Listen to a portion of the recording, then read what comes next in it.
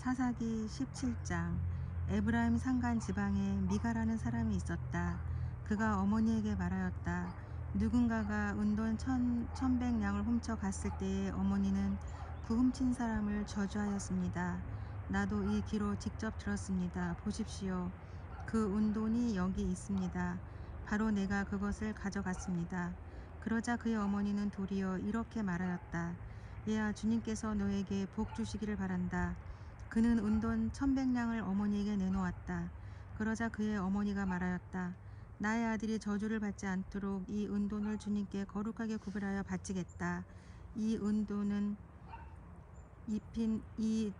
은을 입힌 목상을 만드는 데 쓰도록 하겠다. 그러니 이 은돈을 너에게 다시 돌려주마. 그러나 미가는 그 돈을 어머니에게 돌려주었다. 그의 어머니가 은돈 200냥을 은장이에게 주어 조각한 목상에 은을 입힌 우상을 만들게 하였는데 그것을 미가의 집에 놓아두었다. 미가라는 이 사람은 개인 신당을 가지고 있었다. 에봇과 드라빔 신상도 만들고 자기 아들 가운데서 하나를 제사장으로 삼았다. 그때에는 이스라엘에 왕이 없었으므로 사람들은 저마다 자기의 뜻에 맞는 대로 하였다. 유다 지파에 속한 유다 땅 베들레헴에 한 젊은이가 있었는데 그는 레이 사람으로서 그곳에서 잠시 살고 있었다. 그 사람이 자기가 살던 유다 땅 베들레헴을 떠나서 있을 곳을 찾다가 에브라임 산간 지방까지 와서 미가의 집에 이르렀다. 미가가 그에게 물었다. 젊은이는 어디서 오시는 길이요? 그가 대답하였다. 나는 유다 땅 베들레헴에 사는 레이 사람인데 있을 곳을 찾아다니고 있습니다. 미가가 그에게 말하였다. 우리 집에 살면서 어린이 되어주시고 제사장이 되어주십시오. 1년에 은돈 10냥을 드리고 옷과 먹거리를 드리겠습니다. 이 말을 듣고 그 젊은 웨이 사람은 안으로 들어갔다. 그 젊은 웨이 사람은 미가와 함께 살기로 하고 미가의 친아들 가운데 하나처럼 되었다. 미가가 그 웨이 사람을 거룩하게 구별하여 세우니 그 젊은이는 미가 집안의 제사장이 되어 그의 집에서 살았다. 그래서 미가는 자기가 이제 웨이 사람을 제사장으로 삼았으니 주님께서 틀림없이 자기에게 복을 주실 것이라고 생각하였다. 사사기 18장. 그때 이스라엘 왕이 없었고 단 지파는 이스라엘의 지파들 가운데서 아직 그들이 유산으로 받을 땅을 얻지 못하였으므로 그들이 자리 잡고 살 땅을 찾고 있었다. 그래서 단 지파 자손은 소라와 에스다올에 살고 있는 지파의 온 가문에서 용감한 사람 5명을 뽑아서 땅 정찰 임무를 맡기고 땅을 탐지하고 살피도록 보냈다. 그들은 에브라임 산간 지방으로 들어섰다가 미가의 집에 이르러 거기서 하룻밤을 묵었다. 미가의 집에 머무는 동안 그들은 그 젊은 웨이 사람의 억양과 말씨를 알아듣고 그에게 다가가서 물었다. 누가 당신을 이리로 데려왔습니까? 당신은 여기에서 무슨 일을 하십니까? 무엇 때문에 여기에 있습니까? 그러자 그는 그들에게 대답하였다. 미가가 나에게 조건을 제시하고 나를 고용하여 자기의 제사장으로 삼았습니다. 그들이 그에게 말하였다. 하나님께 물어보아서 우리가 가고 있는 이 길이 성공할 것인지 우리에게 알려주십시오. 그 제사장이 그들에게 평안히 가십시오. 주님께서 여러분이 가는 그 길을 인도하실 것입니다 하고 일러주었다. 그래서 그 5사람은 길을 따라 떠나 라이스로 갔다. 그들은 그곳 사람들이 한가하고 평화롭게 사는 시돈 사람들처럼 안전하게 살고 있는 것을 보았다. 그리고 그 땅에는 어느 누구도 권력을 쥐고 그들을 해치는 자가 없었다. 그들은 시돈 사람들과도 멀리 떨어져 있어서 어느 누구와도 접촉이 없었다. 5사람이 소라와 에스다올로 돌아와 그들의 백성에게 이르렀다. 그들이 그 5사람에게 정찰한 내용을 물으니 그들이 이렇게 대답하였다. 어서 가서 그들을 치도록 합시다. 우리가 본 그 땅은 정말 좋은 땅입니다. 우리가 이렇게 가만히 있을 때가 아닙니다. 망설이지 말고 빨리 쳐들어가서 그 땅을 차지합시다. 우리가 거기에 가기만 하면 넓은 땅에서 평안하게 살고 있는 백성들을 보게 될 것입니다. 하나님이 그 땅을 우리의 손에 넘겨주셨습니다. 무엇 하나 부러울 것이 없고 부족한 것이 없는 곳입니다. 단 지파 가정들 가운데서 600명이 무기를 들고 소라와 에스다올에서 길을 떠났다. 그들은 유다 땅에 있는 기랏 여아림에까지 가서 진을 쳤다. 그래서 그곳 이름이 오늘날까지도 마하네단이라 불리고 있는데 그곳은 바로 기랏 여아림 서쪽에 있다. 그들은 그곳에서 에브라임 산간 지방으로 올라가서 미가의 집에 이르렀다. 전에 라이스 땅을 탐지하러 갔던 그 5사람이 같이 간 사람들에게 말하였다. 여기 여러 채의 집이 있는데 이 가운데 어느 한 집에 은을 입힌 목상이 보관되어 있다는 것을 당신들은 알고 있을 것이요. 목상뿐만 아니라 드라빈과 에봇도 있소. 우리가 해야 할 일이 무엇이겠소? 그런 다음에 그 5사람은 젊은 외 사람이 사는 집 곧 미가의 집으로 들어가서 그에게 안부를 물었다. 단 자손 600명의 무기를 들고 문 어귀를 지키고 있었다. 그 땅을 탐지하러 갔던 5사람이 그리로 들어가서 은을 입힌 목상과 에봇과 드라빈과 부어 만든 우상을 챙기는 동안 제사장은 무기를 지닌 600명과 함께 문 어귀에 서 있었다. 미가의 집에 들어간 5사람이 은을 입힌 목상과 에봇과 드라빈과 부어 만든 신상을 가지고 나올 때에 제사장이 그들에게 어떻게 된 일이라고 물었다. 그들이 그에게 대답하였다. 조용히 하십시오. 아무 말 말고 우리를 따라 나서십시오. 우리의 어른과 제사장이 되어 주십시오. 이 집에서 한 가정의 제사장이 되는 것보다야 이스라엘의 한 지파와 한 가문의 제사장이 되는 것이 더 낫지 않겠습니까? 제사장은 그 제안이 마음에 들어 에봇과 드라빈과 은을 입힌 목상을 받아들고 그 무리들 가운데로 들어갔다. 그들은 발길을 돌려 길을 떠났다. 어린 아이들과 가축과 집 나가는 소유물을 앞세웠다. 그들이 미가의 집에서 떠나 멀리 갔을 때에 미가와 이웃집 사람이 함께 모여서 단지파 자손을 뒤쫓아왔다. 그들이 부르는 소리를 듣고 단지파 자손이 돌아서서 미가에게 물었다. 무슨 일이 있기에 이렇게들 모여서 오시오? 미가가 말하였다. 뭐요? 내가 만든 신상과 제사장을 빼앗아 가면서 무슨 일이 있느냐고? 그게 말이나 되는 소리요? 나에게 남은 것이 무엇이요? 그러자 단지파 자손이 그에게 말하였다. 더 이상 아무 말도 하지 말고 가만히 있는 게 좋을 거요. 이 사람들이 성이 나서 당신들을 치고 당신과 당신의 가족의 생명을 빼앗을까 염려돼요.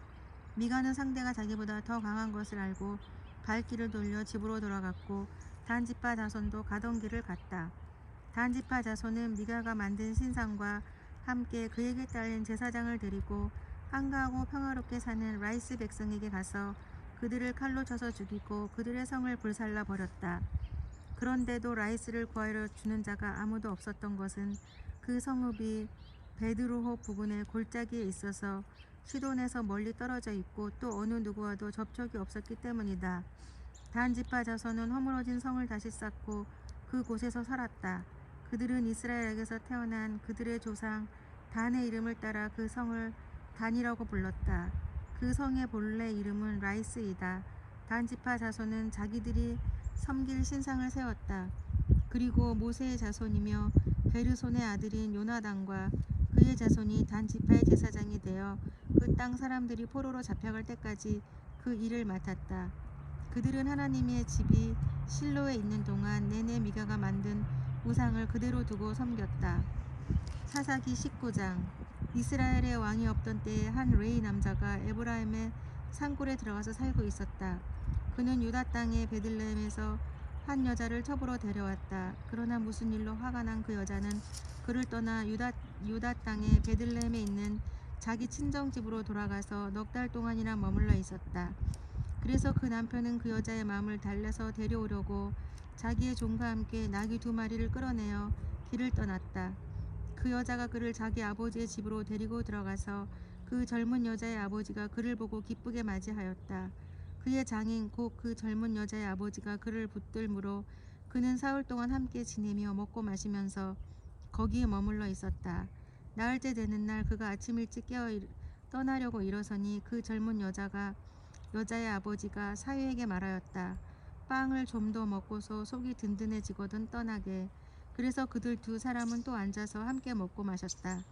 그 젊은 여자의 아버지가 사위에게 말하였다. 부디 오늘 밤 더 여기서 묵으면서 기분 좋게 쉬게. 그 사람은 일어나 가려고 하였으나 그의 장인이 권하여 다시 거기에서 하룻밤을 묵었다. 5째 되는 날 아침에 그가 일찍 일어나 떠나려고 하니 그 젊은 여자의 아버지가 권하였다. 우선 속이 든든해지도록 무얼 좀 먹고 쉬었다가 한낮을 피하여 천천히 떠나게 그들 둘은 또 음식을 먹었다. 그 사람이 일어나 자기의 첩가종을 데리고 떠나려고 하니 그의 장인인 그 젊은 여자의 아버지가 그에게 권하였다. 자, 오늘은 이미 날이 저물어 가니 하룻밤만 더 묵어 가세.